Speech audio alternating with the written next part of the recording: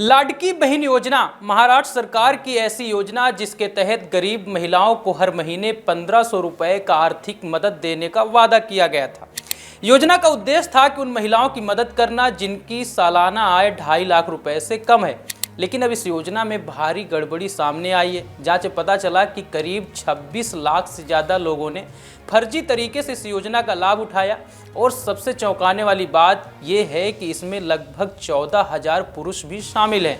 यानी कि ऐसे भी मामले सामने आए हैं जहां पुरुषों के खाते में इस योजना का पैसा ट्रांसफ़र हुआ। इस पूरे मामले को लेकर महिला एवं बाल विकास मंत्री अदिति तटकरे ने जानकारी दी। उन्होंने बताया कि राज्य के सभी विभागों से डेटा मंगवाकर जांच की गई कि कौन कौन इस योजना का लाभ ले रहा है और वे किन किन अन्य सरकारी योजनाओं का भी फायदा उठा रहे हैं। जांच में यह भी सामने आया कि कुछ परिवारों के 2 या उससे ज़्यादा सदस्य भी एक ही योजना का लाभ ले रहे हैं, जो कि नियमों के खिलाफ है।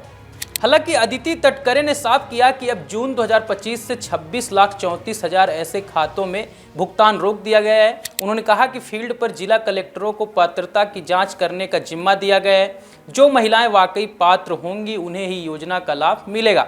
मंत्री ने यह भी बताया कि सरकार जल्द ही उन सभी फर्जी लाभार्थियों के खिलाफ सख्त कार्रवाई करेगी जिन्होंने धोखा देकर इस योजना का गलत फायदा उठाया है।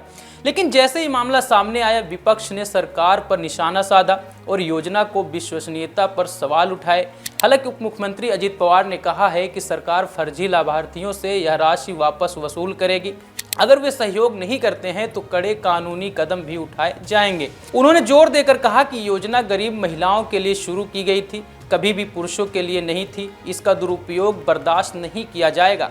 यह योजना को महायुति सरकार ने शुरू की थी, जिसका नेतृत्व एकनाथ शिंदे ने किया था। इस योजना की शुरुआत अगस्त 2024 में विधानसभा चुनावों से ठीक पहले हुई थी। राज्य के गरीब महिलाओं को सीधा मासिक वित्तीय सहायता पहुंचाने का यह कदम बहुत लोकप्रिय हुआ था और माना जाता है कि इस योजना ने महायुति को विधानसभा चुनावों में सफलता दिलाने में मदद की थी।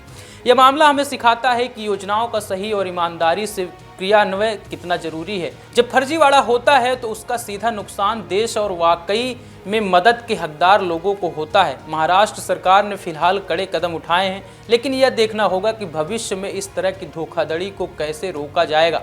लेकिन इस पूरे मुद्दे को लेकर आप क्या सोचते हैं, हमें कमेंट बॉक्स पर जरूर बताएं। धन्यवाद।